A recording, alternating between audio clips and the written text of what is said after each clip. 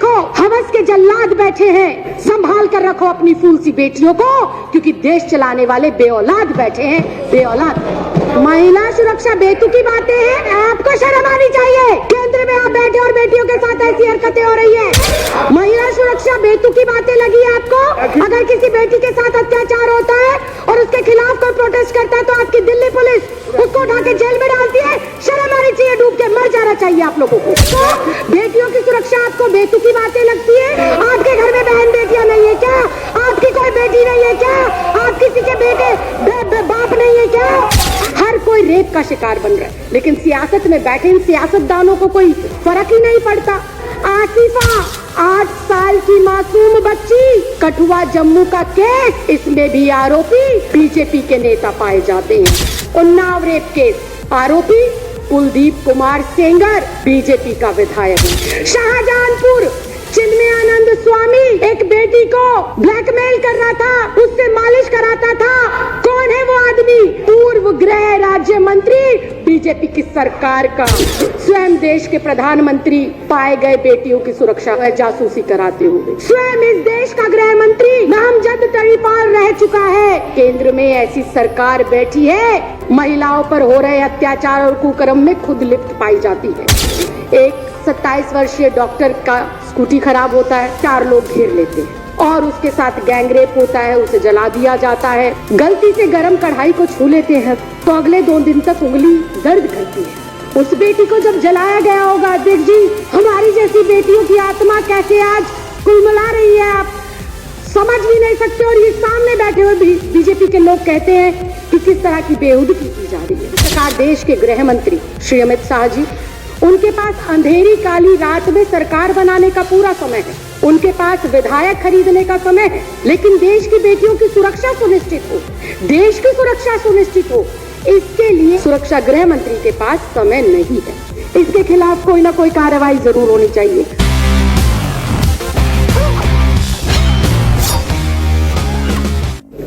NCRB की report के मुताबिक हर 3 मिनट के अंदर देश के किसी न किसी राज्य में, किसी न किसी शहर में, किसी न किसी गांव में, बस्ती में, हर 3 मिनट में कोई ना कोई बच्ची, महिला, बुजुर्ग रेप का शिकार होती है। देश के प्रधानमंत्री जी के भी पास बड़े बड़े ने स्पोर्ट्स पर्सन हो या अभिनेता हो, उनके साथ फोटो खिंचाने का समय है, उनकी शादियां अटेंड करने का समय है, लेकिन देश की बेटियों पर हो रहे अत्याचार, उनकी सुरक्षा, उनकी जिम्मेदारियों को लेकर देश के प्रधानमंत्री के पास टाइम नहीं है। उसी प्रकार देश के गृह मंत्री, जो कि बीजेपी के राष्ट्रीय अध्यक्ष भी हैं, श्री अमित शाह जी, उनके पास अंधेरी काली रात में सरकार बनाने का पूरा समय है, उनके पास विधायक खरीदने का समय है, लेकिन देश की बेटियों की सुरक्षा सुनिश्चित हो, देश की सुरक्षा सुनिश्चित हो, इसके लिए देश के सुरक्षा गृह मंत्री के पास समय नहीं है। ऐसे में ये कहना बिल्कुल भी गलत नहीं होगा, अध्यक्ष जी, कि जिधर भी देखो हवस के जल्लाद बैठे हैं, संभाल कर रखो अपनी फूल सी बेटियों को, क्योंकि देश चलाने वाले बेऔलाद बैठे हैं, बेऔलाद बैठे हैं। बिल्कुल चिंता नहीं है। महिला सुरक्षा बेतुकी बातें हैं, महिला सुरक्षा बेतुकी बातें लगी है आपको? बेटियों की सुरक्षा आपको बेतुकी बातें लगती है? अध्यक्ष, इनका शब्द निकलवाए आप, पहले कार्रवाई से बेतुका शब्द निकलवाएं। मैं आपको शर्म आनी चाहिए। केंद्र में आप बैठे और बेटियों के साथ ऐसी हरकतें हो रही है, आपको शर्म आनी चाहिए। अगर किसी बेटी के साथ अत्याचार होता है और उसके खिलाफ कोई प्रोटेस्ट करता है तो आपकी दिल्ली पुलिस उसको उठा के जेल में डालती है। शर्म आनी चाहिए, डूब के मर जाना चाहिए आप लोगों को। ऊपर से कह रहे हैं बेतुका बोल रहे हैं, शर्म नहीं आती विजेंद्र गुप्ता जी? आपके घर में बहन बेटियां नहीं है क्या? आपकी कोई बेटी नहीं है क्या? आप किसी के बेटे बाप नहीं है क्या? आप किसी के भाई नहीं है क्या? शर्म आनी चाहिए, डूब कर मर जाना चाहिए आप लोगों को। जी प्लीज। अध्यक्ष जी, मैं दोबारा इस बात को दोहराऊंगी, जिधर भी देखो हवस के जल्लाद बैठे हैं, संभाल कर रखो अपनी फूल सी बेटियों को, क्योंकि देश चलाने वाले बेऔलाद बैठे हैं, बेऔलाद। अध्यक्ष जी, आए दिन चाहे छोटी बच्ची, चाहे 27 साल की डॉक्टर हो, चाहे 56 साल की बुजुर्ग महिला हो, हर कोई हवस का शिकार बन रहा है, हर कोई रेप का शिकार बन रहा है, लेकिन सियासत में बैठे इन सियासतदानों को कोई फर्क ही नहीं पड़ता। कोई फूल सी बच्ची को नोच ले, कोई युवा बेटी को जिंदा जला दे, कोई बुजुर्ग महिला को नोच डाले, लेकिन इन सियासतदानों को फर्क नहीं पड़ता। ऐसे में सवाल उठता है कि देश जा किस ओर रहा है? देश की ये 50% जो आबादी है, इसको सुरक्षा मिलेगी कैसे? ये बड़ा सवाल है। और अध्यक्ष जी, देश की इन बेटियों को, देश की इन महिलाओं को, देश की इस आधी आबादी को सुरक्षा जब मिलेगी जब केंद्र में बैठी हुई सरकार की मानसिकता बेटियों के सम्मान में हो, जब केंद्र में बैठी हुई सरकार की जो सोच है वो महिलाओं को सम्मान देने की हो। लेकिन आज अध्यक्ष जी, बड़े ही दुख के साथ कहना पड़ रहा है कि दुर्भाग्यवश देश की केंद्र में ऐसी सरकार बैठी है जो आए दिन महिलाओं पर हो रहे अत्याचार और कुकर्म में खुद लिप्त पाई जाती है। इसके मैं पुख्ता उदाहरण पेश करती हूँ। आज इन सदन पटल के ऊपर उन्नाव रेप केस, आरोपी कुलदीप कुमार सेंगर, बीजेपी का विधायक, पहला उदाहरण। दूसरा उदाहरण, आसिफा 8 साल की मासूम बच्ची, कठुआ जम्मू का केस, इसमें भी आरोपी बीजेपी के नेता पाए जाते हैं। शाहजहांपुर यूपी का केस, चिन्मयानंद स्वामी एक बेटी को ब्लैकमेल कर रहा था, निवस्त्र होकर उससे मालिश कराता था। कौन है वो आदमी? वो है पूर्व गृह राज्य मंत्री बीजेपी की सरकार का। और स्वयं बहुत दुख के साथ कहना चाहती हूँ, स्वयं देश के प्रधानमंत्री पाए गए बेटियों की सुरक्षा जो है जासूसी कराते हुए। स्वयं इस देश का गृह मंत्री नामजद तड़ीपार रह चुका है। ये मैं नहीं कह रही, ये मेरे देश का कानून कहता है, ये मेरे देश के न्यायालयों ने और जजों ने कहा है। ये राखी बिरलानी आम आदमी पार्टी नहीं कह रही है। अध्यक्ष जी, ये इतना गंभीर मामला, देश की आधी आबादी आज बाहर निकलते हुए ये सोचती है कि मैं वापस आऊंगी या नहीं आऊंगी।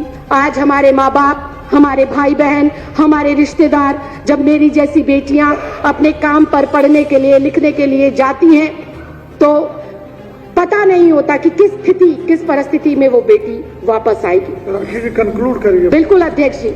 अध्यक्ष जी, बुधवार 27 नवंबर की रात को दिल दहलाने वाला घटना हैदराबाद के अंदर हुआ। एक 27 वर्षीय डॉक्टर का स्कूटी खराब होता है और उसको मदद के बहाने 4 लोग घेर लेते हैं और उसके साथ गैंगरेप होता है, उसे जला दिया जाता है। इतनी हृदय विदारक घटना अध्यक्ष जी, मेरे मुंह से शब्द नहीं निकल पा रहे, क्योंकि मैं स्वयं भी एक लड़की हूं और कभी कभी किचन में खाना बनाने का मौका मिलता है। गलती से गरम कढ़ाई को छू लेते हैं अध्यक्ष जी, तो अगले 2 दिन तक उंगली दर्द करती है। उस बेटी को जब जलाया गया होगा अध्यक्ष जी, हमारी जैसी बेटियों की आत्मा कैसे आज कुलमुला रही है, आप समझ भी नहीं सकते। और ये सामने बैठे हुए बीजेपी के लोग कहते हैं कि किस तरह की बेहुदगी की जा रही है। अध्यक्ष जी, इसके खिलाफ कोई ना कोई कार्रवाई जरूर होनी चाहिए। और ऐसे में जब दिल्ली के अंदर एक अन्नू नाम की लड़की उसके खिलाफ आवाज बुलंद करती है, अकेली वो अपनी हिम्मत जुटाकर धरना देती है, तो वही केंद्र शासित जो दिल्ली पुलिस है उस बेटी के साथ बर्बरतापूर्व जो है काम करती है, उसको मारती है, पीटती है और जेल में डाल देती है। तभी उसका संज्ञान लेते हुए दिल्ली महिला आयोग की अध्यक्ष जाती है और उसकी मदद करती है। अध्यक्ष जी, कहने को बहुत कुछ है, लेकिन मैं एक बेटी होने के साथ साथ, एक महिला होने के साथ साथ एक महिला जनप्रतिनिधि भी हूँ और मुझे नहीं पता कि 7वीं विधानसभा में आने का मुझे मौका मिलेगा या नहीं मिलेगा। लेकिन जितना समय और जितना प्यार जनता ने हमारी सरकार को दिया, मैं आज गर्व से सीना चौड़ा कर कर और अपनी गर्दन को खड़ा कर कर ये कह सकती हूँ कि मेरी सरकार ने ना सिर्फ महिला सम्मान के लिए काम किया, बल्कि महिलाओं को सुरक्षित करने में भी बहुत महत्वपूर्ण कदम उन्होंने उठाए हैं। अध्यक्ष जी, हमारी सरकार ने महिलाओं की सुरक्षा हेतु 2.5 लाख से अधिक 2 मिनट में 2.5 लाख से ज्यादा सीसीटीवी कैमरे लगाने का काम करा। ये विश्व में पहला ऐसा राज्य है जहां पर चप्पे, चौक, चौराहे, गली, नुक्कड़ के ऊपर महिला सुरक्षा हेतु सीसीटीवी कैमरे लगाए गए। वहीं एक दिन के अंदर हिम्मत चाहिए और जज्बा चाहिए अरविंद केजरीवाल जैसा, एक दिन के अंदर 15,000 मार्शल बसों में तैनात करे गए दिल्ली की बेटियों, महिलाओं और बच्चों को सुरक्षा मुहैया कराने के लिए। अध्यक्ष जी, मैं अंत में बस इतना ही कहूंगी, अगर नीयत है तो सब संभव है। मन में अगर महिलाओं के लिए सम्मान है तो उनकी सुरक्षा भी सुनिश्चित की जा सकती है, उन्हें न्याय भी दिलाया जा सकता है और उनका सशक्तिकरण भी किया जा सकता है। मैं उम्मीद करूंगी कि देश में आज जो स्थिति है वो स्थिति भविष्य में ना हो, इसके लिए आज हर एक बेटी को जागना होगा, हर परिवार के सदस्य को जागना होगा और उखाड़ कर फेंकना होगा ऐसी मानसिकता के नेताओं को जो मानसिकता वो महिलाओं के विरोध में रखते हैं और जो उनकी मानसिकता महिला विरोधी झलकती है। बहुत बहुत धन्यवाद, बहुत बहुत आभार।